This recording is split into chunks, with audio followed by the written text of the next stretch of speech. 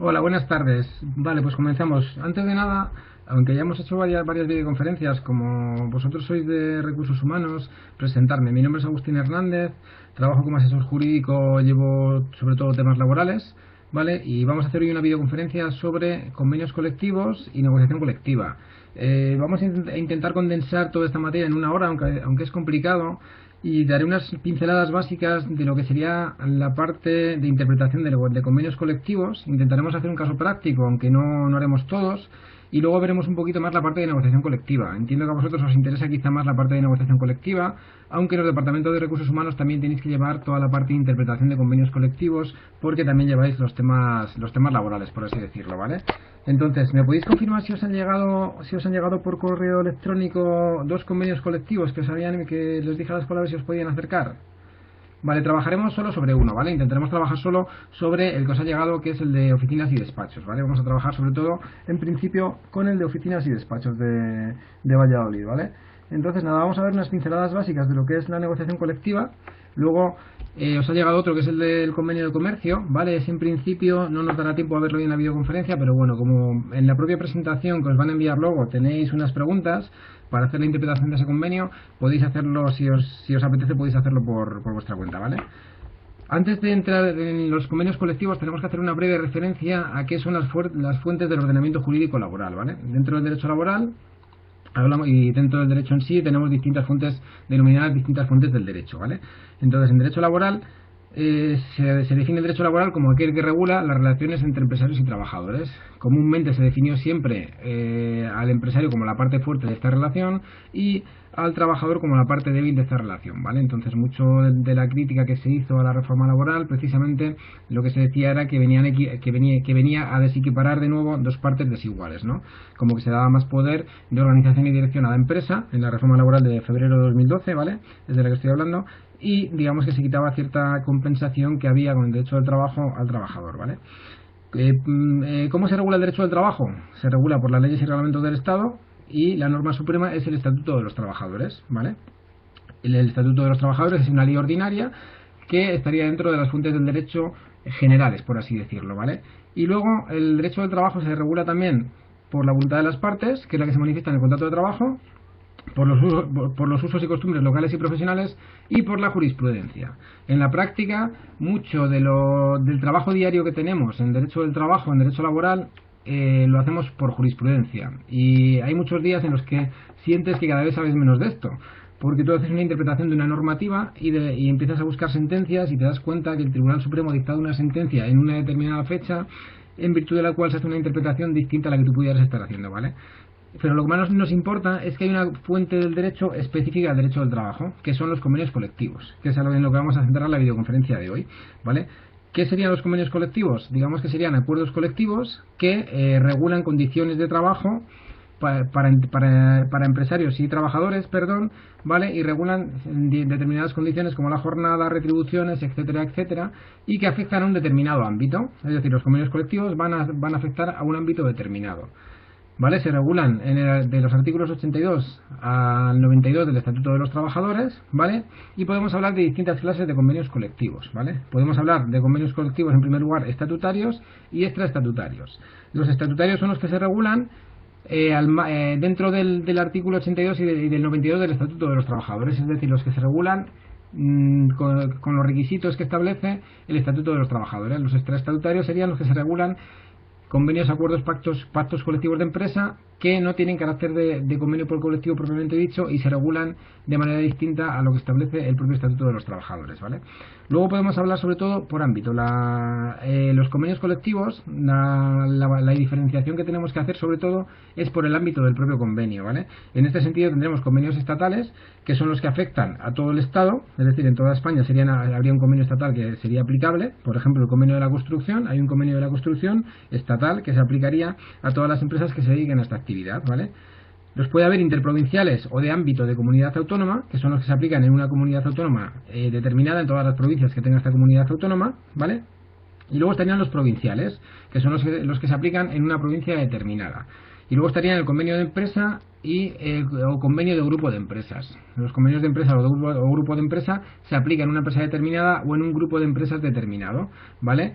digamos que hay un principio, un principio básico en el derecho del trabajo, que es el principio de norma mínima. Ese principio de norma mínima, que dice que el convenio colectivo no puede establecer condiciones peores en un principio a las que establece el Estatuto de los Trabajadores, ¿vale?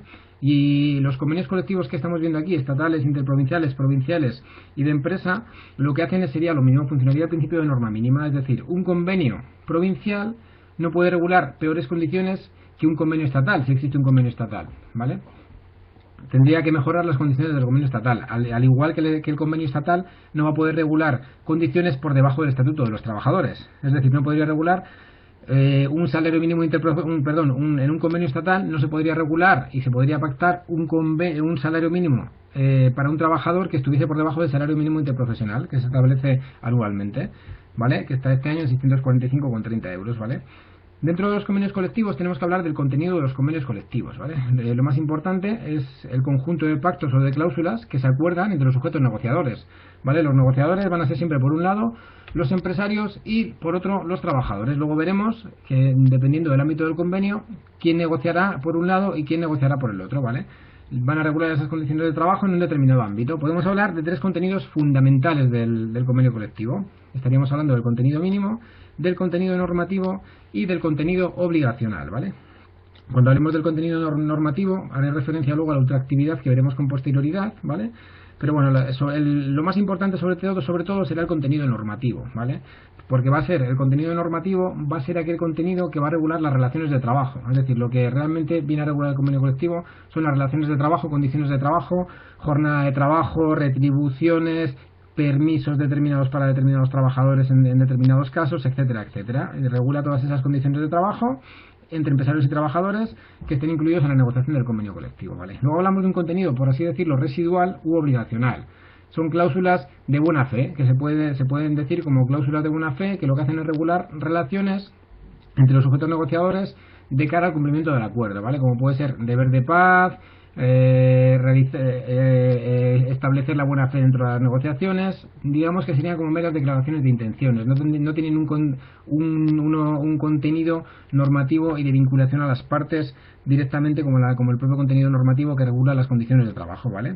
Y luego lo que nos viene a decir el Estatuto de los Trabajadores es que todos los convenios colectivos deben tener un contenido mínimo, ¿vale? Ese contenido mínimo del convenio colectivo debe contener la determinación de las partes que lo conciertan, ¿vale? Quienes lo firman, los ámbitos a los que se aplican. Tiene que haber un ámbito personal, un ámbito funcional, un ámbito territorial y un ámbito temporal, ¿vale? Siempre se tiene en los convenios colectivos, veremos que hay un ámbito personal, funcional, territorial y temporal. A quién se aplica ese convenio, personas a las que se aplica, actividades a las que se aplica, durante cuánto tiempo se aplica y en qué territorio se aplica. Si es un convenio provincial, si es un convenio de comunidad autónoma, etcétera, etcétera, ¿vale? Se tiene que fijar también en el convenio la forma y las condiciones para la denuncia del convenio, ¿vale? Y además se tienen que establecer también procedimientos para solventar discrepancias y designar una comisión paritaria. La comisión paritaria precisamente tiene que ver con los procedimientos para solventar esas discrepancias de las que estábamos hablando, ¿vale? Una comisión paritaria será la que determine e interprete una determinada cláusula que pudiese ser oscura en un convenio colectivo. Cuando hay un convenio colectivo que tiene una cláusula determinada que puede dar lugar a distintas interpretaciones, antes de judicializar el tema puede haber una cláusula obligacional en la que se diga que los trabajadores y trabajadoras y los empresarios, antes de acudir a un procedimiento judicial, acudan a esta comisión paritaria, ¿vale? Una comisión paritaria para que establezca una interpretación de esa determinada cláusula en la que hay dudas, ¿vale? Me gustaría hacer referencia también, muy rapidito, no quiero extenderme mucho tampoco en la teoría de los convenios, porque me parece más importante que veamos unos casos prácticos, ¿vale? Porque la teoría la podéis ver tranquilamente en el Estatuto de los Trabajadores del artículo 82 al 92, ¿vale? En la concurrencia de convenios. Esto sí que me voy a hacer referencia porque se modificó en la reforma laboral, ¿vale? Desde el ámbito sindical se criticó bastante, ¿vale? Porque se daba una prioridad aplicativa al convenio de empresa, ¿vale? La regla general que establece el artículo 64 del Estatuto de los Trabajadores es que un convenio colectivo durante su vigencia no podrá ser afectado por otros de distinto ámbito, es decir, no podrán entrar a regular condiciones distintas, convenios distintos, ¿vale?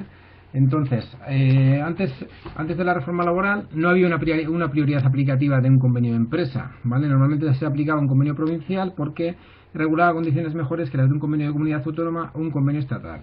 Lo que establece la reforma laboral, que se critica también desde ámbitos sindicales, es que se da una prioridad aplicativa al convenio de empresa o al grupo de empresas, ¿vale? En determinadas materias, ¿vale? En materias como cuantía de salario base y complementos salariales, ¿vale? Incluidos los vinculados a la situación y a los resultados de la empresa, el abono o compensación de las horas extraordinarias, la retribución y la retribución específica de trabajo a turnos, por ejemplo, ¿vale? La adaptación al ámbito de la empresa y al sistema de clasificación profesional, la adaptación de los aspectos de las modalidades de contratación que se atribuyen por el Estatuto de los Trabajadores a los convenios de empresa, ¿vale? Aquellas medidas que tengan que ver con favorecer la conciliación de la vida laboral, familiar y personal.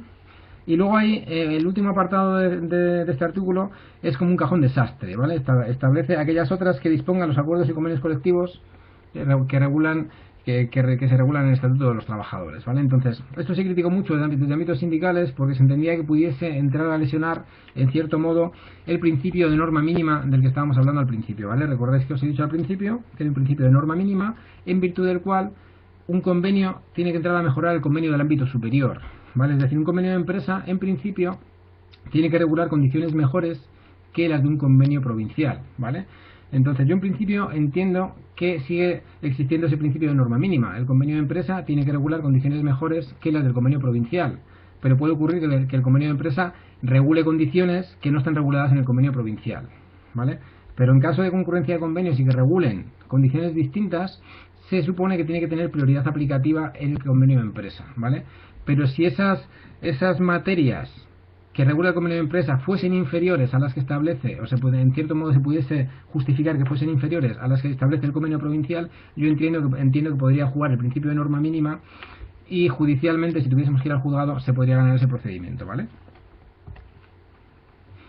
Vale, para terminar con esto de los convenios colectivos, antes de entrar en un caso práctico del convenio que os he enviado, vale, voy a hacer referencia a lo más importante desde mi punto de vista, que incluyó la reforma laboral con respecto a negociación colectiva. Luego sabéis que ha habido reformas posteriores que han reformado la forma de negociación de los convenios y volvieron a reformar un poquito todo el tema de la negociación colectiva y de la forma de negociar los convenios colectivos, ¿vale? Pero lo más importante, sobre todo, es que se introducen cambios en lo que es la modificación del convenio colectivo, ¿vale? Luego veremos además en el convenio colectivo, vamos a ver un caso muy curioso, porque vamos a ver modificación y otro tema relacionado con esto que vamos a comentar, ¿vale? Un convenio colectivo durante su vigencia puede ser modificado, es decir, en todos los convenios colectivos solía haber una cláusula que se llamaba de descuelgue salarial, ¿vale? Esa cláusula de descuelgue salarial la podrían practicar aquellas empresas que pudiesen acreditar circunstancias económicas, organizativas, técnicas o de producción, ¿vale? ¿Qué ocurre ahora? Sabéis también, no sé si sabéis, que también hubo una modificación importante en lo que se llama modificación sustancial de condiciones de trabajo, ¿vale? En las modificaciones sustanciales de condiciones de trabajo hablamos de condiciones individuales del trabajador o colectivas que afectan a determinados trabajadores, ¿vale? Entonces se decía en cierto modo que podía haber modificaciones colectivas a través del artículo 41 del Estatuto, que es el que regula las modificaciones sustanciales de condiciones de trabajo, y podría haber también modificaciones colectivas a través del artículo 82 del Estatuto de los Trabajadores, que es la que regula la modificación del convenio colectivo, ¿vale? Entonces, en este caso lo que ocurre es que se incluyen una serie de condiciones que van a poder ser afectadas por los convenios colectivos y se van a poder modificar cuando la empresa acredite causas económicas, organizativas, técnicas o de producción. Digamos que antes de la reforma existía solo la denominada cláusula de descuelgue salarial, es decir, la empresa podía inaplicar las condiciones salariales que establecía un determinado convenio colectivo, alegando estas causas que estaba comentando, organizativas, técnicas o productivas, ¿vale?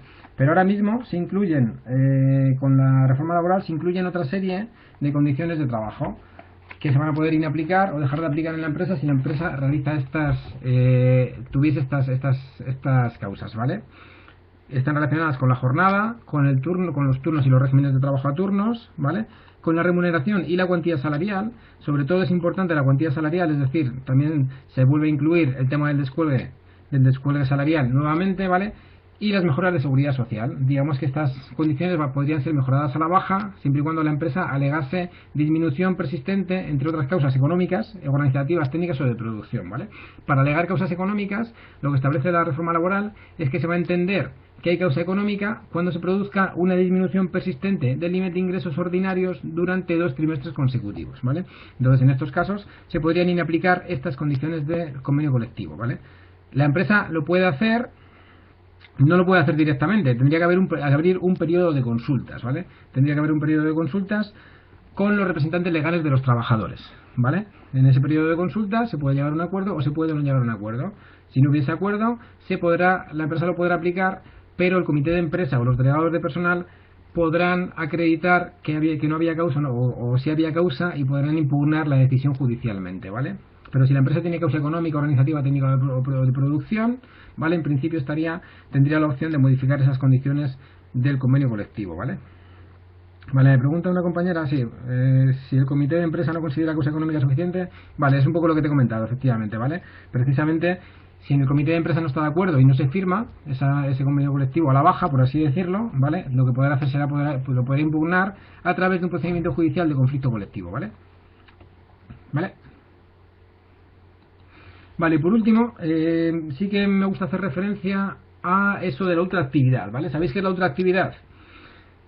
La ultraactividad es la prórroga automática de los efectos del convenio colectivo, ¿vale? Es decir, un convenio los convenios hemos visto antes que tienen distintos ámbitos, ¿vale? Personal, funcional, ¿vale? Territorial y temporal, ¿vale? Entonces, la ultraactividad está relacionada con el ámbito temporal del convenio colectivo, ¿vale? Dice una compañera que ya lo ha tramitado, ¿vale? Imagino, vale, la ultraactividad lo que decía antes de la reforma laboral, lo que decía la ley, el Estatuto de los Trabajadores, es que cuando un convenio colectivo caduca y se produzca la denuncia de ese convenio, sabéis que los convenios colectivos se pueden denunciar por cualquiera de las dos partes firmantes, ¿vale? Bien por la parte de los empresarios, bien por la parte de los trabajadores. Pues bien, cuando ese convenio caduca y se produce esa denuncia, cuando llega la caducidad de ese convenio colectivo, ¿vale? Ese convenio colectivo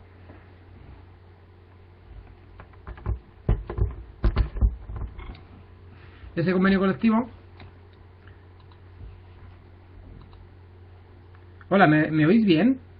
Porque es que he oído un ruido. ¿Me oís bien? Ah, vale, perfecto, perdón, es que había oído un ruido y pensaba que se me había ido. Vale, disculpad. Vale, estaba hablando de la ultraactividad, ¿vale? La ultraactividad es la prórroga automática de los efectos del convenio colectivo. Lo que se prorroga son las cláusulas normativas del convenio colectivo. Realmente son las cláusulas más importantes, porque como hemos dicho al principio, son las que regulan las relaciones entre las partes, por así decirlo, ¿vale?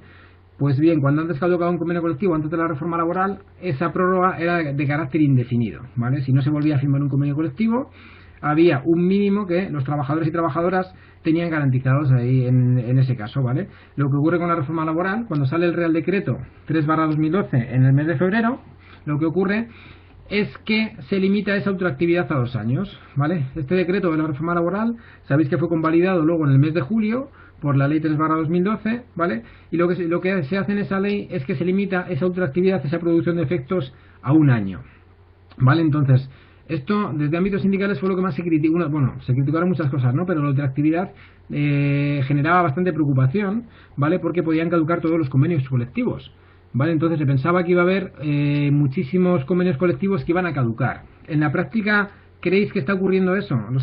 Aquellos que tenéis experiencia, una compañera que decía que sí que había tramitado ya alguna prórroga de efectos, alguna denuncia de convenio colectivos, o que realmente no está teniendo tantos efectos como se pensaba que iban a tener. ¿Qué creéis?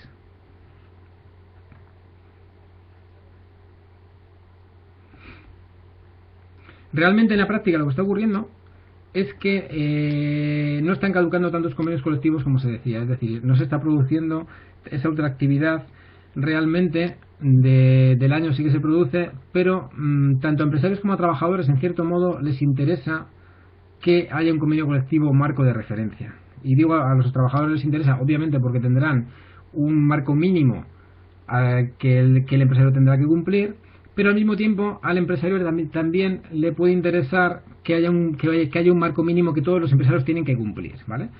Lo explico. Estuvimos en unas jornadas formativas hace un par de semanas, estuvimos impartiendo formación y uno de los abogados de la asociación empresarial lo que venía a explicar precisamente era eso. Decía que a los empresarios les interesa que haya un marco de negociación colectiva igual para todos, porque de esa forma evitan que pueda haber competencia desleal. Es decir, si yo tengo una empresa y tengo 3 trabajadores que tienen unas determinadas condiciones salariales y el empresario de al lado tiene 3 trabajadores que tienen esas mismas condiciones salariales, pero caduca el convenio colectivo, yo se las mantengo y el empresario de al lado no se las mantiene, le rebaja salarios, paga menos por horas extraordinarias, etcétera, etcétera, en cierto modo se estaría haciendo una competencia desleal, con lo cual a las propias asociaciones empresariales también les interesa que haya un marco mínimo de referencia, ¿vale? O sea, tampoco ha tenido tanta efectividad práctica como se decía al principio, desde mi punto de vista.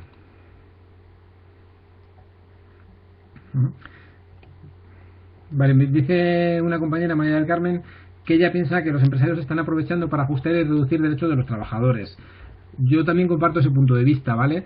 Pero ahí estaríamos más sobre todo en la modificación del convenio colectivo, ¿vale? Es decir, no estamos hablando tanto de la ultraactividad. Yo lo que decía que no tenía tantos efectos como se pensaba era la ultraactividad de lo que estábamos hablando, ¿vale? La prórroga automática de efectos, ¿vale? Pero la modificación del convenio colectivo sí que es cierto que lo que está ocurriendo es que los convenios colectivos se están modificando a la baja y los comités de empresa y los representantes de los trabajadores están negociando nuevos convenios colectivos, por así decirlo, a la baja, ¿vale? Lo veremos luego, vamos a ver un caso práctico real muy curioso, ¿vale? Luego cuando veamos el tema de la negociación, vamos a ver primero de interpretación en 10 minutillos, intentaré no extenderme más de 10-15 minutillos y luego si terminamos la otra parte volvemos a este caso, ¿vale? Pero sí que es cierto que está ocurriendo lo que comenta la compañera, ¿vale? Se están firmando convenios colectivos a la baja, ¿vale? Todos hemos visto el caso de Coca-Cola, caso de Pan Rico, que ha salido en los medios, etcétera, etcétera, ¿vale?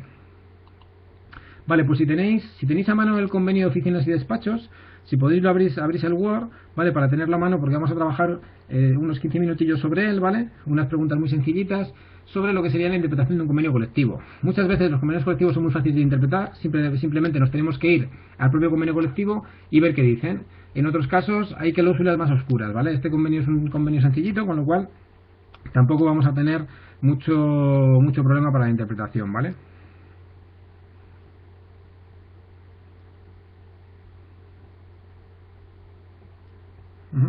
Vale, el caso que comenta la compañera, ¿vale? Puede ocurrir, obviamente puede ocurrir porque la normativa ahora mismo lo permite, es decir, si hay un convenio colectivo, lo que dice la otra actividad es que cuando un convenio colectivo caduque, ¿vale? Luego regirá el convenio de ámbito superior. Puede ocurrir que no haya un convenio colectivo de ámbito superior, es decir, tenemos un convenio estatal, el convenio de ámbito superior no existe, el convenio de ámbito superior será las normas de la OIT y el estatuto de los trabajadores. ¿Vale? Entonces, lo que comenta la compañera precisamente es eso, ¿no? Que hay amenazas veladas de que si no se negocia el convenio colectivo, que no se negocia el convenio colectivo, al año caducará y seguirá el estatuto de los trabajadores. Claro, eso puede ocurrir, en la práctica podría ocurrir, ¿vale?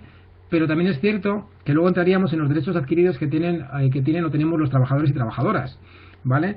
Y ahí la pelea sería esa, ¿no? Es decir, ¿me puedes rebajar el salario hasta el salario mínimo interprofesional o yo tengo unos derechos adquiridos porque llevo 10, 12, 14, 15 años cobrando estos salarios, ejerciendo este trabajo, etcétera, etcétera, ¿vale? Vale, entonces ahí la pelea sería esa. Lo que pasa es que, claro, ahí vendría la parte B, lo que decía al principio, ¿no? Que lo que se criticaba mucho sobre la reforma laboral es que lo que no iba por el 82, iba por el 41, ¿vale? Entonces, si la empresa tiene esa causa económica, organizativa, técnica o productiva, puede ocurrir que caduque un determinado convenio colectivo y una empresa que tenga causa económica, organizativa o productiva podrá hacer una modificación sustancial de condiciones de trabajo, ¿vale? Individual en algunos trabajadores o de carácter colectivo a algunos trabajadores, ¿vale? Me pregunta otra compañera que si se entra en conflicto colectivo por el no acuerdo de la modificación del convenio colectivo, si el comité no puede proponer una huelga, si se suspendería el derecho. Sí, las medidas de presión vamos a verla luego también, ¿vale? En la parte de negociación colectiva vamos a hablar un poquito de la huelga y del cierre patronal, ¿vale? Que son las medidas de presión colectiva. La huelga puede ser una huelga general que se convoque a nivel nacional, pueden ser huelgas sectoriales, ¿vale? O pueden ser huelgas en una determinada empresa o en un determinado sector en virtud en el que esté afectado ese convenio colectivo, ¿vale? Así que habría esa convocatoria de la huelga, tal y como planteas. ¿Vale? Vale, pues vamos a hacer el caso práctico del convenio de oficinas y despachos, ¿vale? Nos dice aquí, la empresa Gestión Contable SL es una asesoría de empresas que se dedica a la llevanza de contabilidad, nóminas y asesoría laboral, tributación e impuestos y asesoría en materia mercantil. La sede de la empresa está en Valladolid. La asesoría cuenta con 10 trabajadores, trabajando 4 en el departamento laboral, asesores jurídicos laborales, 3 en el departamento fiscal como asesores fiscales y mercantiles y otros 3 como contables. ¿Vale? Pues luego lo que nos hace aquí en este caso práctico son una serie de preguntas. ¿Vale? En primer lugar nos dice determinar el convenio aplicable a la relación laboral. ¿Sería el convenio de carácter sectorial? ¿Sería posible aplicar a la actividad el convenio colectivos para despachos de técnicos tributarios y asesores fiscales de Madrid? Creo que la respuesta es sencillita, ¿vale? Porque os he enviado el convenio, ¿vale? Pero ¿sería factible aplicar este otro convenio?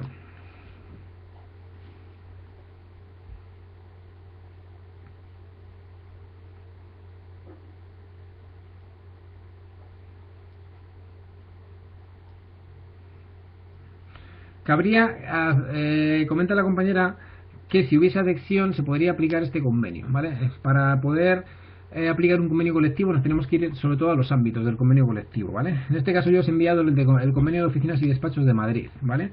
Entonces lo que tenemos que hacer, cuando tengamos dudas de qué convenio colectivo se aplica en un determinado caso, nos tenemos que ir a los ámbitos del convenio, ¿vale? Entonces, aquí en este caso, el primer ámbito nos dice ámbito funcional y territorial, ¿vale? Es decir, ¿de dónde se aplica el convenio? Nos dice, el convenio colectivo será de aplicación en todas las oficinas y despachos, ¿vale? Ámbito funcional, oficinas y despachos, salvo en aquellos subsectores que dispongan de regulación propia y cuya aplicación sea legalmente obligatoria, establecidas o que se establezcan durante la vigencia en Valladolid y su provincia, ¿vale? Ámbito territorial, Valladolid y su provincia, ese sería el ámbito del convenio, el ámbito territorial, ¿vale?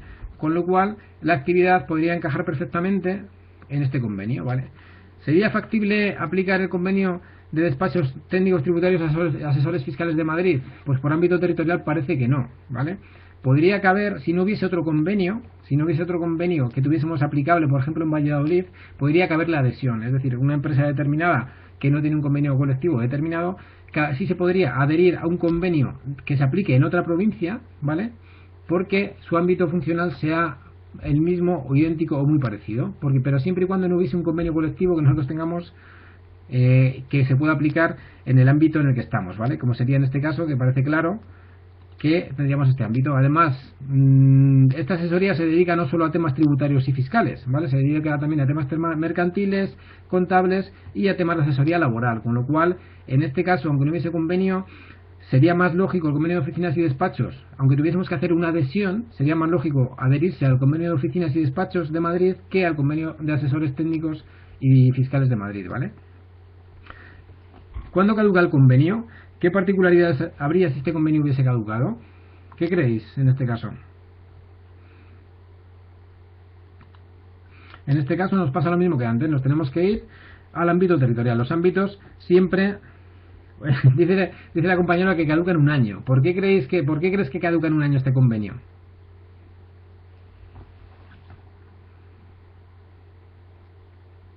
Vale, no sé si lo veis bien aquí, ¿vale? En el artículo 3 nos viene el ámbito temporal del convenio colectivo, ¿vale? Como dice Sonia, efectivamente, este convenio colectivo tiene una duración desde el 1 de enero de 2011 hasta el 31 de diciembre de 2014. ¿Vale? Con lo cual este convenio está vigente, no ha caducado, caducará el 31 de diciembre de este año, ¿vale? Con lo cual está vigente, ¿vale? Y la segunda pregunta que os hacía era, ¿qué particularidades habría si este convenio hubiese caducado? ¿Vale? Si hubiese caducado, si realmente este convenio hubiese caducado, imaginaos que hubiese caducado el 31 de diciembre de 2013, ¿vale? Si este convenio hubiese caducado a finales del año pasado y hubiese mediado denuncia de alguna de las partes, ¿vale? Estaríamos en la prórroga automática de efectos del convenio colectivo, es decir, en lo que os he explicado antes de la ultraactividad, ¿vale? Porque habría caducado a finales de 2013, ¿vale? Pero aún no ha caducado. Entonces, en el año 2014, si este convenio se denuncia y no se firma un nuevo convenio, cuando en 31 de diciembre de 2014 caduque este convenio y la parte empresarial, por ejemplo, denuncie el convenio, ¿vale? Habría una prórroga automática de los efectos de este convenio, de las cláusulas normativas de este convenio, durante un año, por la ultraactividad del convenio, ¿vale? Se mantendría vigente, dice Sonia que se mantendría vigente hasta la firma de uno nuevo, ¿vale? Eso era antes de la reforma laboral, ¿vale? Ahora ya se mantendría vigente únicamente por un año, ¿vale? Porque es lo que dice la reforma laboral, efectivamente. Me pregunta una compañera qué quiere decir denunciar el convenio, ¿vale? Luego veremos que los convenios colectivos se tienen que registrar en las oficinas territoriales de trabajo, es decir, en el organismo provincial dependiente, provincial si es un convenio provincial, ¿vale? De comunidad autónoma si es de comunidad autónoma, o en el ministerio si es un convenio estatal, ¿vale? Tienen que estar registrados en un organismo público, ¿vale? Entonces, si un convenio caduca a 31 de diciembre de 2012, ¿vale? Para que se produzca la caducidad formal, por así decirlo, de ese convenio y se pueda empezar a negociar un convenio nuevo, se tiene que denunciar. Aunque caduque el 31 de diciembre de 2012, la parte que quiera empezar a negociar un convenio tiene que denunciarlo, es decir, tiene que hacer una denuncia expresa en el organismo dependiente del Ministerio de Trabajo en el cual está registrado el convenio colectivo, ¿vale? Y una vez que está esa denuncia expresa, ya se consideraría que el convenio ha sido denunciado, ¿vale? Se puede denunciar antes o después de la caducidad, ¿vale? Lo normal es denunciarlo antes de que se llegue a esa caducidad, ¿vale? Vale, nos dice aquí la tercera pregunta que la empresa va a proceder a la contratación de un diplomado en empresariales y una técnica en FP2 y les va a hacer un contrato indefinido, por lo cual ha establecido un periodo de prueba de 6 meses en ambos contratos. ¿Sería esto posible? ¿Creéis que se puede realizar un periodo de prueba de 6 meses? Vale, me pregunta también otra compañera, id pensando si quieres en esta pregunta que os he hecho. Me pregunta Sonia si ¿qué ocurre si no se denuncia, si se aplicaría la ultraactividad? Lo que establece la normativa, lo que establece la reforma laboral es que tiene que haber denuncia previa, ¿vale? El convenio para que caduque en ese año tiene que haber una denuncia previa para que se produzca la prueba de efecto de la ultraactividad, ¿vale? Es decir, si no hay denuncia previa, el convenio colectivo sigue produciendo efectos, las cláusulas normativas del convenio se prorrogan, ¿vale? Pero el plazo de un año, para que cuente el plazo de un año y solo se produzca esa prórroga automática de efectos durante un año, tiene que haber una denuncia del convenio colectivo. ¿Qué ocurre si se denuncia con posterioridad? Que sería como máximo un año desde el periodo de denuncia, ¿vale? El periodo máximo de efectos de la ultraactividad, de los efectos de la prórroga automática de efectos del convenio, sería de un año desde la denuncia del convenio colectivo, ¿vale?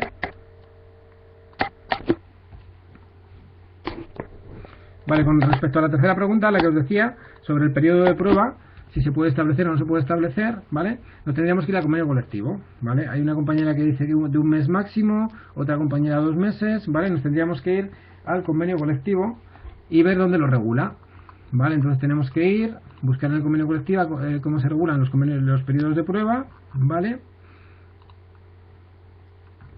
Y ver si es lo mismo para una categoría y para otra, ¿vale? Para el diplomado y para el FP2, ¿vale? Entonces nos tenemos que ir al artículo que regula los periodos de prueba, que creo recordar que estaba en la página 6 o 7, ¿vale? Ahí lo vemos, ¿vale? No sé si lo veis, igual lo veis un poquito pequeño, pero bueno, como tenéis el archivo vosotros, en el artículo 21 nos establece el periodo de prueba. El ingreso de los trabajadores se considerará hecho a título de prueba cuando en la escala que a continuación se fija para cada uno de los grupos profesionales enumerados en el artículo 33, ¿vale? Entonces este artículo nos manda al artículo 33. Tenemos que ver si un diplomado está en el grupo 4 o si está en el grupo 3 o está en el grupo 2, ¿vale? Porque para el grupo 4 se puede establecer un periodo de prueba de hasta 6 meses y para el grupo 3 y 2 de un periodo de prueba de hasta 2 meses, ¿vale? Con lo cual nos tenemos que ir al artículo 33 del convenio colectivo y analizar los grupos profesionales, ¿vale? Que ahí está la clasificación profesional de los trabajadores y veríamos los grupos profesionales, ¿vale? Quién es el grupo profesional 1, quién es el grupo profesional 2, el grupo profesional 3, etcétera, etcétera. Y los niveles, ¿vale? Con lo cual vemos que el grupo profesional 4, ¿vale? Serían titulado superior y titulado medio, con lo cual el grupo 4, ¿vale? El diplomado de empresariales sí que podríamos establecer un periodo de 6 meses. ¿Quiénes estarían dentro del grupo 3? Pues los que vemos ahí, ¿vale? Jefe de segunda, oficial de primer administrativo, etcétera, etcétera. Oficial de segundo administrativo y dentro del grupo 2, operador de máquinas, con lo cual, si nos vamos de nuevo al artículo, vemos que podría ser 6 meses solo únicamente para el diplomado, ¿vale? Para la trabajadora que tenía un FP2 no podrían ser 6 meses sino 2 meses de periodo de prueba, ¿vale?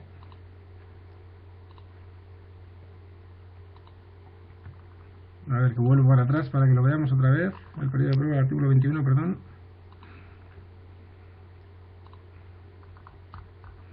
Serían 6 meses en grupo 4 y grupo 3 y grupo 2 2 meses, ¿vale? Con lo cual para el FP2 cabría un periodo de prueba de 2 meses, nunca de 6 meses, ¿vale? Si se pusiese un periodo de prueba de 6 meses, digamos que ese periodo de prueba se tendría por no puesto, por así decirlo, ¿vale? Vale, nos dice la pregunta cuarta que el trabajador Luis Ricardo Borriquero lleva trabajando en la empresa desde el 1 de enero de 1990 como asesor jurídico, es decir, como abogado. ¿Qué categoría le correspondería en el convenio colectivo? ¿Cuál sería su retribución mensual? Vale, pues aquí lo hemos visto un poco, ¿vale? Parece claro que estaría dentro del grupo 1, perdón, del grupo 4, que hemos visto antes del convenio colectivo. ¿Vale? Vamos a ver, nos vamos otra vez por el convenio. Grupo 4 y sería un titulado superior, ¿vale?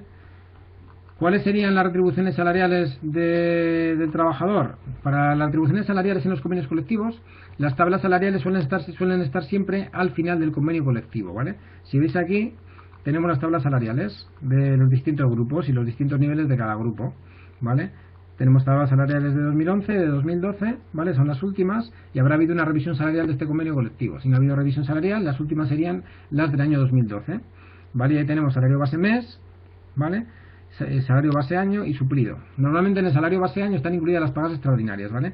Pero además de irnos a las tablas salariales, en los convenios colectivos también se regulan, dentro del articulado se regulan las retribuciones, ¿vale? Perdón, la tabla de 2013, he dicho tabla de 2012, ¿vale? Nos tendríamos que ir a las retribuciones, ¿vale? Entonces, aquí nos dicen las retribuciones que para el año 2011, para el año 2012, para el año 2013 se aplicará un incremento tal, ¿vale? Y nos remite las tablas salariales que hemos visto. Y luego nos dice, en el artículo 10, que los trabajadores percibirán 2 gratificaciones extraordinarias, en verano y en Navidad, de 30 días de salario base para cada paga. Y luego hay un complemento más de antigüedad, ¿vale? Es decir, puede haber trabajadores que tengan derecho a este complemento de antigüedad, ¿vale? Como comenta la compañera, los salarios que tendría este trabajador serían los de 1.863 de las tablas salariales de 2013, ¿vale? 26.000 euros al año y el suplido de 575,58, ¿vale? Y aparte la antigüedad que tuviese, que se la tendríamos que calcular a este trabajador en virtud del artículo 11, ¿vale? No lo vamos a hacer porque no tenemos tiempo, ¿vale? Pero tendríamos que tener en cuenta también el concepto de antigüedad del que establece el artículo 11, ¿vale? Que nos dice aquí que los trabajadores que a fecha 1 de enero de 96 tuviesen la condición de fijos empresas afectadas en el presente convenio, este trabajador llevaba desde el año 90, con lo cual tendría esa consideración, percibirán aumentos periódicos en concepto de plus de antigüedad hasta un máximo de 7 trienios, ¿vale? Es decir, cada trienio que se devengue por este trabajador, ¿vale? Se devengaría y te podría percibir un 5% de su salario base, ¿vale? Y habría habido devengando trienios hasta un máximo de 7. Me pregunta una compañera que si siempre van las pagas extras incluidas en la retribución anual de las tablas salariales. Normalmente sí, pero hay convenios colectivos que no lo establecen. Es decir, si hacemos muy rápido 1.863,07, que sería el salario base, estamos en el nivel 1, ¿vale? Por ejemplo, aquí en la tabla salarial que tenemos del final de 2013, si cogemos 1.863,07 y multiplicamos por 14 pagas, nos debería salir 26.082,92, ¿vale? Con lo cual, en el salario base mes no están incluidas las pagas extraordinarias, pero en la tabla salarial que dice salario base año sí estarían incluidas las pagas extraordinarias, ¿vale? No lo he hecho, pero sí, si lo hacéis, os debería salir, ¿vale? Lo estoy haciendo, pero vamos, sí que debería salir así. Si yo multiplico por 14 pagas los 1.863, efectivamente nos salen 26.082,92. Hay algunos convenios colectivos, hay por ejemplo, ahora me viene a la mente el convenio de enseñanza y formación no reglada, que en la tabla salarial solo recoge salario anual y también salario base mes, ¿vale? Pero dice que ese salario, dentro de ese salario están incluidas ya las pagas extraordinarias, con lo cual estaríamos hablando de 12 pagas y no de 14, ¿vale? Pero normalmente en las tablas salariales de los convenios sí que viene el salario base mensual y luego en el salario base anual estaría incluido el salario base, ¿vale? Más pagas extraordinarias, ¿vale?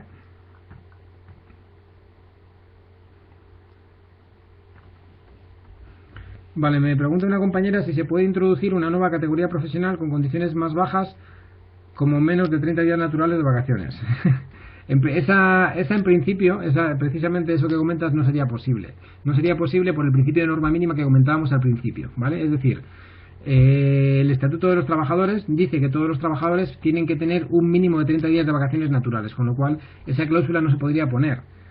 ¿Sería factible rebajar condiciones del convenio colectivo? Sí sería factible con lo que he comentado de la modificación del convenio colectivo cuando la empresa alegue causa económica, organizativa, técnica, productiva, ¿vale? Pero tiene que abrir un periodo de negociación con los representantes legales de los trabajadores, si los hay, ¿vale? Si no hubiese representantes legales de los trabajadores, es decir, no hubiese comité de empresa ni hubiese delegados de personal, ¿vale? Habría que nombrar una comisión, ¿vale?, que fuese a negociar esas rebajas salariales, esas rebajas de condiciones, etcétera, etcétera, pero siempre digamos que hay un suelo, ¿vale? Esto es como las hipotecas suelo de los bancos, supuestamente que no se podía superar, ¿vale? Que no se podía rebajar, el Supremo ya ha dicho que no se puede, que esas cláusulas suelo eran ilegales, ¿vale? Pero aquí sí que habría un suelo, por así decirlo, que sería legal, que es el Estatuto de los Trabajadores, ¿vale? Con lo cual ese caso que plantea sería imposible, ¿vale?, a día de hoy. Vale, nos dice aquí que el hijo de Luis Ricardo Borriquero se casa en Madrid el 9 de abril y nos pregunta si tendría derecho a algún permiso. ¿Tendría derecho a algún permiso?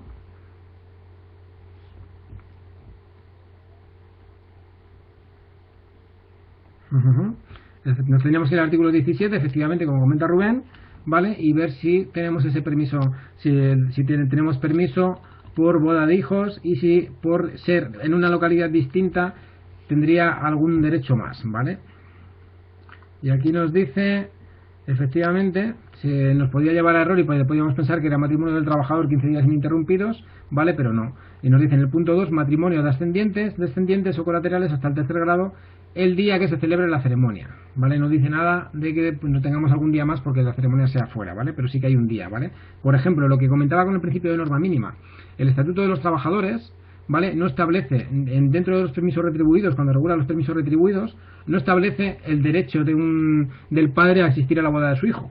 En principio, ¿vale? En el caso del convenio colectivo sí que se establece, con lo cual sí que parece que tendría este derecho, ¿vale?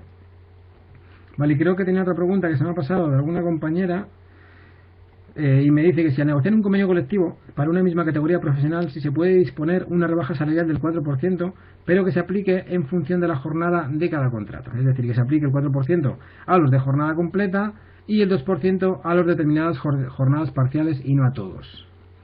Posible es, ¿vale? Se puede pactar, es decir, al final se puede negociar todo, por así decirlo. Si la empresa lo plantea y el comité de empresa o los delegados de personal lo firman y no hay ningún problema, sería factible. Luego vamos a hacer un caso, espero que nos dé tiempo, ¿vale? De hecho vamos a pasar ya a la segunda parte, luego si nos da tiempo volvemos con lo del convenio colectivo y vamos a hacer un caso parecido a esto que estás comentando, ¿vale? Esto que estás preguntando.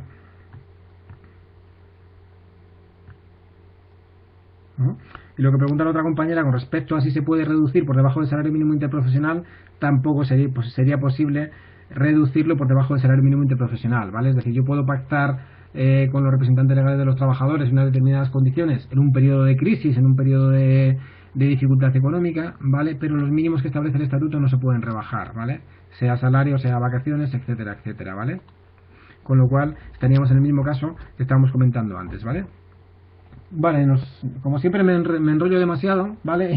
Y me quedan solo 15 minutillos para la segunda parte, ¿vale? Pero bueno, si no nos extendemos 5 minutillos más, ¿vale?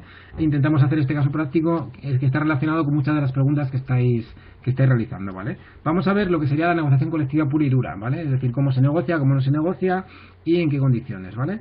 La negociación es difícil, ¿vale? No, la negociación, digamos, que hay cursos de técnicas de negociación, aptitudes personales, etcétera, etcétera, ¿vale? Con lo cual tampoco hay mucha normativa que tengamos que decir a la hora de cómo negociar, ¿vale? Porque la normativa dice el procedimiento, pero no establece las formas. Es decir, muchas veces más importante el cómo se llega a una determinada negociación, ¿vale? Es importante conocer la ley, conocer la normativa, ¿vale? Para tener una posición de fuerza, sea de un lado, sea de otro, ¿vale? Pero lo más importante sobre todo es las aptitudes y la capacidad de negociar que tengan las dos partes, ¿vale? Lo que nos viene a decir el artículo 37 de la Constitución Española, ¿vale?, es que la ley garantizará el derecho a la negociación colectiva entre los representantes de los trabajadores y los empresarios, los cuales han de llegar a acuerdos para la negociación y firma de convenios colectivos que regulen las relaciones laborales, ¿vale?, condiciones de trabajo, empleo, entre las partes de la relación laboral y también entre las partes negociadoras, ¿vale? ¿Quiénes son las partes negociadoras de los convenios colectivos en la negociación colectiva? Pues está claro, representantes de los trabajadores por un lado y representantes de los empresarios por el otro, ¿vale? Con lo cual estaríamos hablando siempre que tenemos que enlazar las partes negociadoras con los ámbitos del convenio colectivo, es decir, dependiendo del ámbito territorial del convenio colectivo y del ámbito funcional del convenio colectivo, por un lado y por otro van a negociar unos o van a negociar otros, ¿vale? Es decir, en los convenios provinciales, en las comunidades autónomas, lo que viene a decir el estatuto, en el artículo 87 creo que es, si no recuerdo mal, a partir del artículo 86, 87 es cuando se regula la forma de negociación, ¿vale? Es que tendrán que negociar por parte de empresarios y trabajadores, ¿vale?, las entidades con mayor representación, ¿vale? Es decir, por el lado de los trabajadores estarán legitimados, quienes tienen esa legitimación para negociar, ¿vale? Las entidades sindicales que tengan la consideración de más representativos, bien sea a nivel estatal, a nivel de comunidad autónoma, a nivel provincial, etcétera, etcétera, o aquellas asociaciones empresariales más representativas, ¿vale?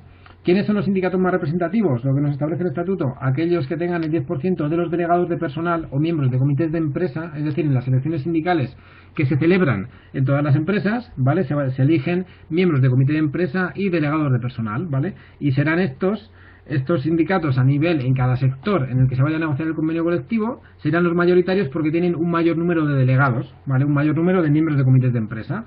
Y lo mismo ocurre con las asociaciones empresariales. Serán las mayoritarias aquellas que agrupen al menos al 10% de los empresarios o que contraten al menos al 15% de los trabajadores. Esos serían los que estarían legitimados para negociar en un determinado convenio, ¿vale?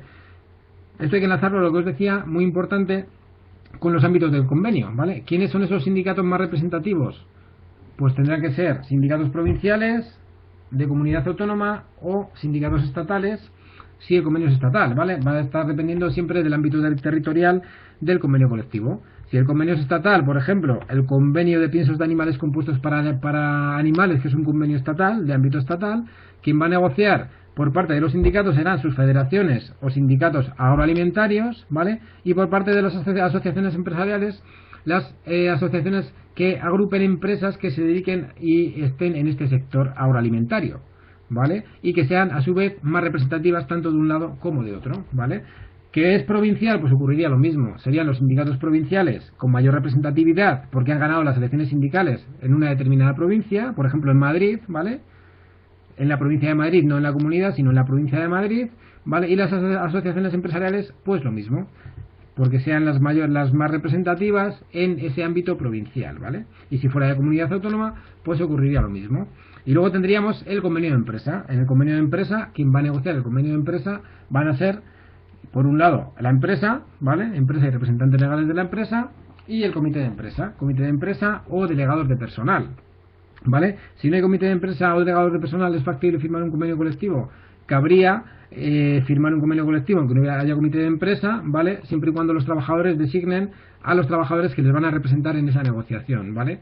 Nos iríamos al artículo 41.4 del Estatuto de los Trabajadores, que establece la posibilidad de nombrar una representación, como comenta la compañera, efectivamente una representación ad hoc, que se llama, ¿vale? De un mínimo de 3 miembros, que es lo que establece el artículo 41, ¿vale? Si es factible, ¿vale? Estaríamos en eso, ¿vale?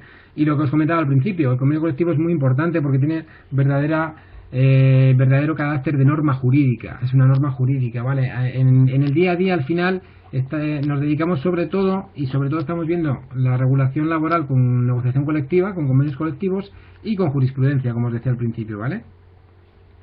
¿Cuál es el procedimiento de elaboración de un convenio colectivo? Pues en primer lugar tiene que haber lo que se llama una iniciativa negocial, es decir, una de las partes invita a otra a empezar la negociación de ese convenio colectivo, ¿vale? Es decir, pesa esta obligación de una parte sobre otra. Puede ocurrir que una de las partes se niegue a ese convenio colectivo, ¿vale? Porque el convenio colectivo esté en vigor, ¿vale? Es decir, ¿recordáis cuando comentábamos al principio lo de las cláusulas obligacionales del convenio colectivo? Pues una de las cláusulas obligacionales puede ser esta, ¿no? El deber de negociación, obligación de negociación, etcétera, etcétera, en determinados casos, ¿vale? Tiene que nombrarse lo que se llama una comisión negociadora, ¿vale? Esa comisión negociadora son las personas que van a negociar por un lado y por otro, ¿vale? El empresario de un lado y los representantes de los trabajadores del otro, es decir, serán sindicatos y asociaciones empresariales. Es en esas negociaciones, una vez que están legitimados los sindicatos para negociar, podrá haber asesores, ¿vale? Asesores jurídicos, etcétera, etcétera, ¿vale? Dentro de la negociación y la adopción de acuerdos hay unas determinadas cláusulas también, por así decirlo, de deber de paz, de buena fe y que tendrán que desarrollarse en este sentido las negociaciones, ¿vale? Y los acuerdos van a requerir el voto favorable de la mayoría de cada parte, ¿vale? En este caso puede ocurrir que haya distintos sindicatos en la negociación y no todos lo firmen en el convenio colectivo. Entonces el sindicato que no firme ese convenio colectivo lo podrá impugnar judicialmente, ¿vale? Y la conclusión del convenio colectivo firmarán todas las partes, ¿vale? Y además se tendrá que registrar en la Oficina Territorial de Trabajo o el organismo competente del Ministerio de Empleo y Seguridad Social, ¿vale? Y luego tendrá que publicarse en los boletines oficiales, bien de la provincia, bien del Estado, etcétera, etcétera. Dentro del procedimiento de negociación cabe que se pueda someter a un arbitraje o a otros procedimientos para solventar discrepancias, ¿vale? Muy rapidito también, para que nos dé tiempo a hacer un caso, voy a hablar muy rapidito de los conflictos colectivos de trabajo, ¿vale? Que también me ha preguntado una compañera al principio sobre el tema de la huelga, ¿vale? Los conflictos colectivos de trabajo, como establece el propio artículo 37 de la Constitución en el punto 2, es que los trabajadores y los empresarios tienen derecho a adoptar medidas de conflicto colectivo, ¿vale? Es decir, pueden ejercer una serie de medidas de presión sobre una determinada dinámica laboral, ¿vale? Que una de las partes, como os pongo ahí, considera injusta, ¿vale? Es decir, es una forma de presionar al otro, por así decirlo, ¿vale? Digamos que los conflictos colectivos de trabajo son alteraciones en el desarrollo normal de las relaciones laborales, ¿vale? Es decir, diferentes formas de ver las cosas, en cierto modo, de la relación laboral, ¿vale? ¿Cuáles son los conflictos colectivos más importantes? Pues la huelga y el cierre patronal. Hay muchas más medidas de presión, ¿vale? Pero sobre todo serían la huelga por parte de los trabajadores y el cierre patronal por parte de los empresarios, ¿vale? Luego también podríamos hablar, pero no estaría directamente relacionado con negociación colectiva, ¿vale? Del derecho a la libertad sindical de los trabajadores, etcétera, etcétera, pero digamos que sería un derecho fundamental también, como la huelga, ¿vale? En el artículo 28 de la Constitución, sabéis que la Constitución española recoge una serie de derechos desde el artículo 14 hasta el artículo 39, ¿vale? Pero establece que hasta el artículo 29, hasta el artículo 40 y 45, creo, ¿vale? Pero hasta el artículo 29 recoge los que se llaman derechos fundamentales y libertades públicas, ¿vale? Dentro de esos derechos fundamentales y libertades públicas, uno de ellos sería la huelga, ¿vale? A nivel laboral, los dos derechos fundamentales que hay sería la huelga y la libre sindicación, ¿vale? Que está en el mismo artículo 28, pero en el punto 1, ¿vale? La huelga es la medida de presión que se lleva a cabo con la suspensión del trabajo, ¿vale? Por la decisión acordada por un colectivo de trabajadores para la defensa de sus intereses, ¿vale? ¿Cómo puede ser esta huelga? Lo que os decía al principio, esta huelga puede ser sectorial, ¿vale? Que afecta a un determinado sector, puede ser una huelga de empresa o podemos estar hablando de una huelga general, ¿vale? O de una huelga en una determinada provincia, etcétera, etcétera, ¿vale? Como sabéis, ha habido varias huelgas generales últimamente, en virtud del cual paraban todos los sectores, ¿vale? La huelga general es que paren todos los sectores, ¿vale? Pero puede haber huelgas sectoriales o huelgas de empresa, ¿vale? Los trabajadores de Coca-Cola han estado de huelga, los trabajadores de Pan Rico han estado de huelga, y ahí estaríamos hablando de una medida de conflicto colectivo que afecta a una determinada empresa, ¿vale? Este derecho de huelga es tan importante que no se puede restringir en contrato o pacto individual, ¿vale? Igual que comentaba la compañera antes, si se podría bajar el salario por debajo del salario mínimo, ¿vale? Eso es inviable, ¿vale? La huelga, digamos que tiene una protección reforzada porque es un derecho constitucional de carácter fundamental, ¿vale? Y no puede ser restringido en contrato o pacto individual nunca, ¿vale?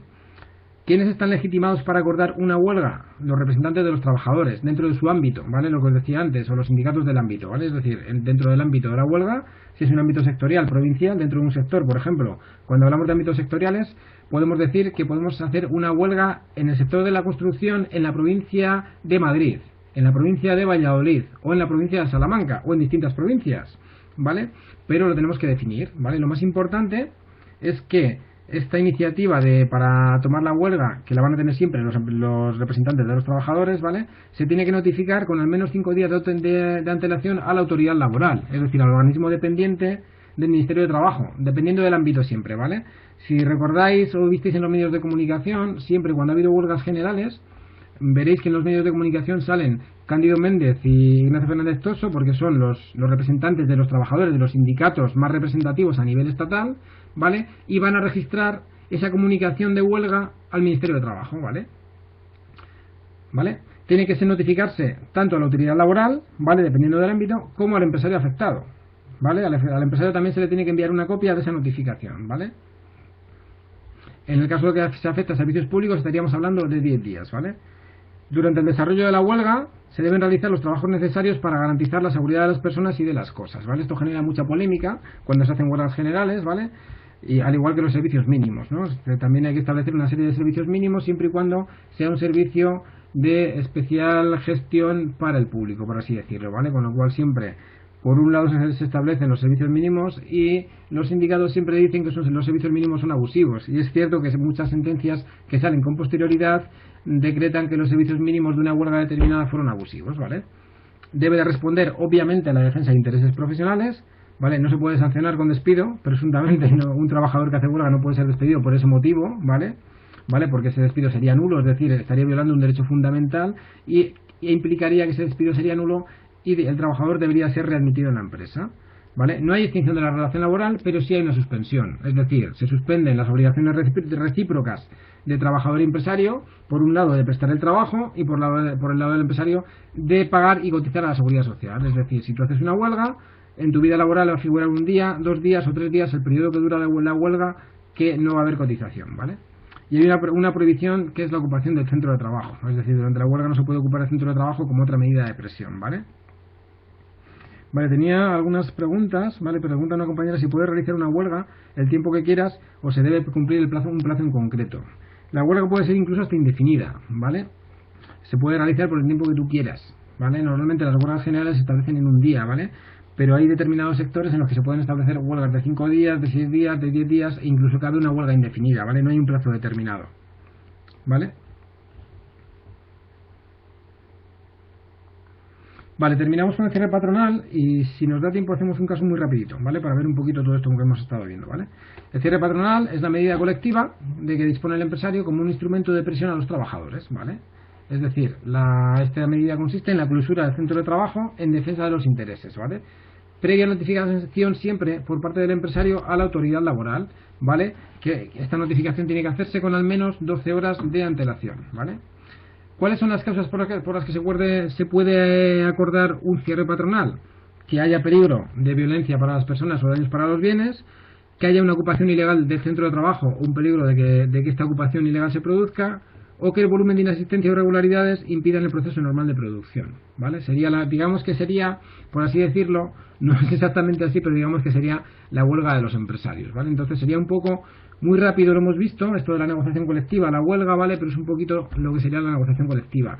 ¿Cómo negociar un convenio colectivo? ¿Cómo negociar un determinado aspecto de la relación laboral? Pues tenemos que irnos a la normativa, ¿vale? Para ver qué aspectos tenemos que tener en cuenta, pero muchas veces, sobre todo, son las actitudes personales y la capacidad de negociación que tengan las partes, ¿vale? En todos los casos. Vale, vamos a hacer un caso muy rapidito y si queréis, luego si nos queda tiempo, hacemos el siguiente, ¿vale? Vale, en este caso nos dicen muy rapidito quiénes estarían legitimados para negociar los siguientes convenios colectivos, ¿vale?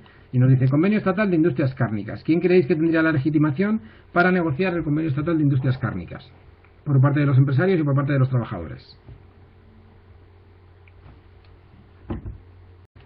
Aquí tendríamos que irnos, ¿vale? Directamente a quiénes son los sindicatos que tienen mayor representatividad en el sector, ¿vale? A día de hoy son comisiones obreras y la Unión General de Trabajadores, porque es un convenio estatal, ¿vale? Y luego nos tendríamos que ir también a quiénes son las asociaciones empresariales más representativas a nivel estatal, ¿vale? COE, CEPIME, etcétera, etcétera, ¿vale? En el caso de alimentos compuestos para animales nos pasa lo mismo, ¿vale? Serían las federaciones de UGT y comisiones. El de construcción exactamente igual. El de la Comunidad de Madrid, estaríamos hablando ya de un convenio de ámbito ya no estatal, sino de comunidad autónoma, ¿vale? Un convenio de comercio de alimentación de la provincia de Valladolid, ¿vale? Que es el que os he enviado, ¿vale? Lo podéis ver ahí en los ámbitos, ¿vale? Estaríamos hablando ya de los sindicatos provinciales de mayor representatividad y asociaciones empresariales de mayor representatividad, ¿vale? Exactamente. Con lo cual serían estos los legitimados para negociar, ¿vale? Lo mismo que el convenio de construcción provincial de Salamanca. Y si fuese un convenio de empresa, estaríamos hablando directamente del comité de empresa o delegados de personal y del empresario, ¿vale? Las cláusulas mínimas, que la segunda pregunta, obviamente habría contenidos o cláusulas mínimas que no se podrían traspasar, ¿vale? y si hubiera, que serían los que, sobre todo, depende del ámbito del sector, ¿vale? En cada convenio habrá contenidos mínimos que no se pueda traspasar. En el caso del convenio estatal, no se podrá negociar convenio colectivo, ¿vale? No se podrán negociar condiciones inferiores a la del Estatuto de los Trabajadores. En el caso del convenio de comunidad autónoma no podrá regular condiciones inferiores a la que marca el estatal, el de provincial ni a la que marca el estatal ni el estatuto, ni al de comunidad autónoma, ¿vale? Y en el caso de empresa tendrá que mejorar a todos los convenios anteriores, ¿vale? Y en la última pregunta, si hubiese convenios de diferente ámbito en alguna materia y se entrase en concurrencia de convenios, ¿cuál tendría una prioridad aplicativa? De acuerdo con la última reforma, ¿cuál tendría prioridad aplicativa?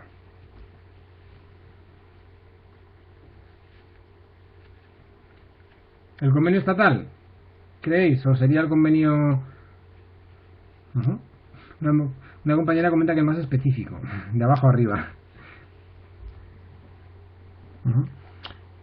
Aquí entraría lo que os he comentado antes sobre la prioridad aplicativa de los convenios colectivos, ¿vale? De las nociones que os di antes, si recordáis, una de ellas era, voy a volver para atrás, una de ellas era precisamente que en la reforma laboral se da prioridad aplicativa al convenio colectivo de empresa en determinadas materias, ¿vale? Esas materias son muy amplias, ¿vale? Y recordáis que había también una especie de cajón desastre, ¿vale? Si lo veis ahí, la prioridad aplicativa del convenio de empresa o grupo de empresas en materias como cuantía de salario base, complementos salariales, abono de horas extraordinarias, horario, distribución de trabajo, adaptación del sistema de clasificación profesional, adaptación de modelos de contratación, conciliación de vida laboral, etcétera, etcétera. Con lo cual, en todas estas materias, ¿vale? La prioridad aplicativa sería del convenio de empresa. Cierto es que es porque es más específico. Porque sería más específico y estaríamos hablando del principio de especificidad, efectivamente, ¿vale? Que por ser un convenio más específico, ¿vale? Pero sobre todo porque es un poco lo que establece la reforma laboral, ¿vale? Me pregunta la compañera si las oficinas territoriales de trabajo o los organismos, si no se pronuncia sobre el contenido de los convenios. Si viesen que determinados contenidos son ilegales, sí lo pueden hacer, ¿vale? No suelen, porque básicamente es una entidad de depósito y registro, normalmente, ¿vale? Pero sí cabría. Vale, ¿queréis que hagamos un...? Ya me he pasado de la hora, como de costumbre, porque siempre lo hago y eso que hablo rápido, pero si queréis que hagamos otro caso, o si queréis que demos ya por terminada la videoconferencia, como veáis, lo que prefiráis. Depende de lo cansados que estéis. Vale, pues hacemos ¿vale? Muy rapidito. Prometo que 5 minutos a lo máximo, ¿vale? El último caso, ¿vale? Hacemos, ¿vale? Nos comenta este caso, este supuesto. Es un caso sobre todo de negociación, ¿vale? Y viene en relación precisamente con algunas de las preguntas que me habéis hecho antes, ¿vale? Además es un caso real que os va a sonar en cuanto lo veamos, pero bueno. Vale, nos dice aquí, la empresa Pan Bueno SL, radicada en la localidad de Salamanca, tiene 250 trabajadores. Lleva 3 años teniendo pérdidas como consecuencia de la preferencia de los clientes por las marcas blancas. Con fecha 1 de diciembre ha presentado un expediente de cierre y el consiguiente despido de todos los trabajadores y trabajadoras del centro. Tiene un convenio colectivo de empresa y ha planteado la posibilidad del comité de empresa de mantener la empresa abierta si hay una rebaja del 15% del salario de toda la plantilla, si se aumenta la jornada máxima anual y la realización de la jornada irregular, si se pasa de 6 a 2 días de asuntos propios, si se elimina el complemento de incapacidad temporal por contingencias comunes y se limita el de incapacidad temporal por contingencias profesionales al 100% durante los 6 primeros meses, ¿vale? Y entre otras causas, ¿vale? Tampoco quise poner muchas más, ¿vale? Pero digamos que estas serían los 4 principios innegociables para la empresa, ¿vale? Tiene que haber una rebaja salarial, aumento de la jornada máxima anual, aumento de la jornada irregular de trabajo, disminuir los días de asuntos propios, ¿vale? Y eliminar los complementos de incapacidad temporal. ¿Sería legal el comportamiento de esta empresa? ¿Qué solución consideráis que podría tener este caso? Vale, aquí nos vamos sobre todo a un punto de vista de negociación, puro y duro, ¿vale? ¿Os suena de algo este caso?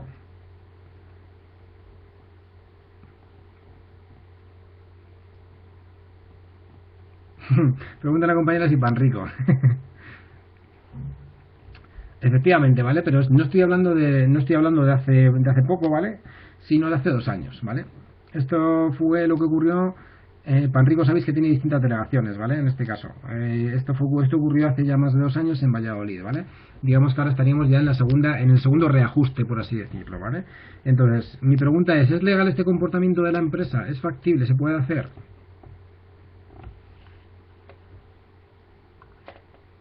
Una compañera decía que no, porque cumple la norma mínima. Otra compañera dice que tendría que esperar a ver qué se resuelve sobre el ERE que tiene que tramitar antes de proponer medidas de recorte a los trabajadores.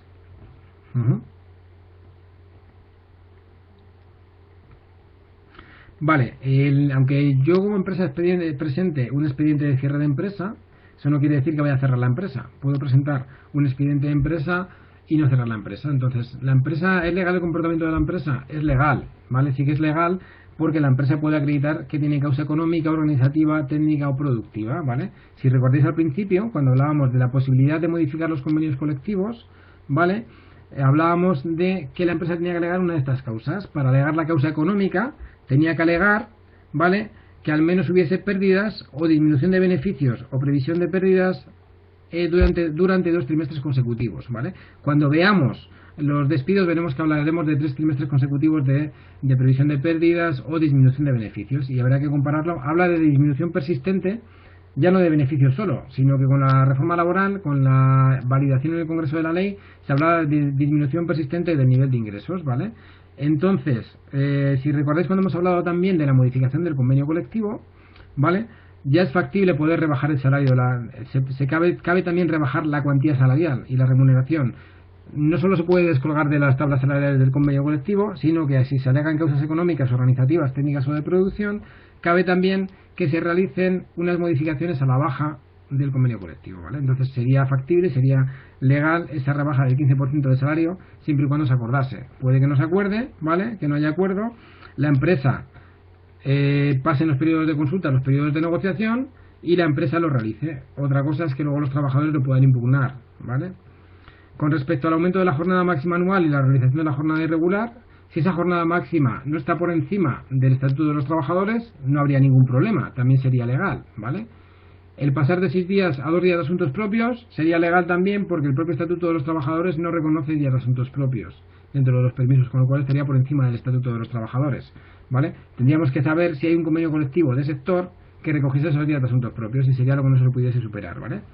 Y con respecto a los complementos de incapacidad temporal, son complementos que se fijan por encima de la prestación de incapacidad temporal, es decir, lo que cobra un trabajador cuando está de baja, ¿vale? Con lo cual el comportamiento sería legal. Luego algunos podemos plantear si es ético o si no lo es, ¿vale?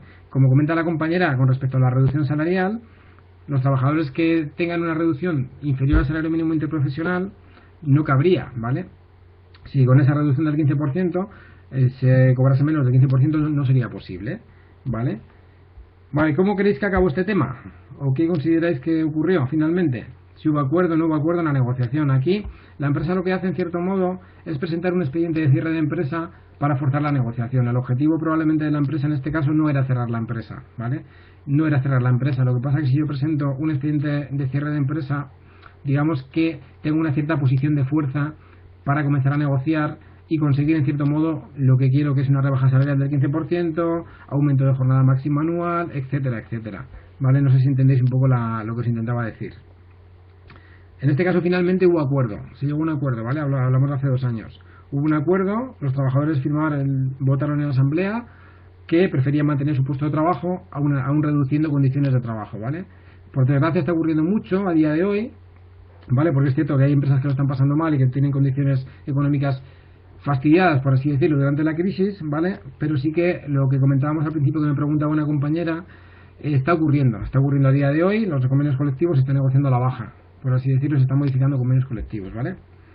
Pues yo por mi parte, si no tenéis nada más, agradeceros la atención, como siempre me he pasado de la hora que os lo he prometido, y nada, espero que os haya gustado la videoconferencia, aunque sé que ha sido un poquito rápido, ¿vale? Pero bueno, era mucha materia que queríamos condensar y me parecía más procedente quizás hacer los casos prácticos, ¿vale? Muchas gracias a todos. Buenas noches.